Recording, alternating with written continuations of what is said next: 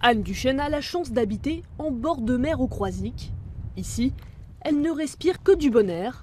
Dans son panier de courses, tout est issu de l'agriculture biologique. Alors voilà, tout est bio, j'ai pris du lait, un potimarron. Et pourtant, elle vient de découvrir que ses urines sont remplies de pesticides. Je me suis sentie en danger, je me suis sentie mal, et je n'ai pas compris ce qui se passait. En fait, je cherche toujours des réponses, j'en ai pas. Son niveau d'exposition au glyphosate est 30 fois supérieur à la norme européenne.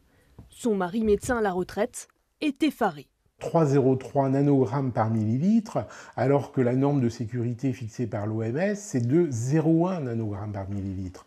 Alors qu'on vit au Croisic, qui est une ville sans pesticides, dans un environnement qui est un environnement idéal en termes d'air marin, que l'on mange bio, c'est tout à fait révoltant comme résultat. Anne compte porter plainte contre l'État pour mise en danger de la vie d'autrui. Je porte plainte pour alerter l'opinion publique et aussi pour demander au gouvernement de prendre ses responsabilités et de protéger la population. Plusieurs facteurs peuvent expliquer ce taux élevé de pesticides.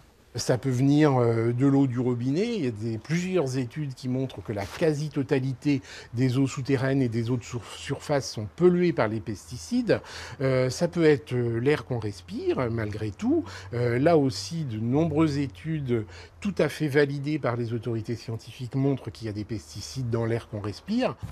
Le couple, membre du mouvement Nous voulons des coquelicots, souhaite une interdiction totale des pesticides en France.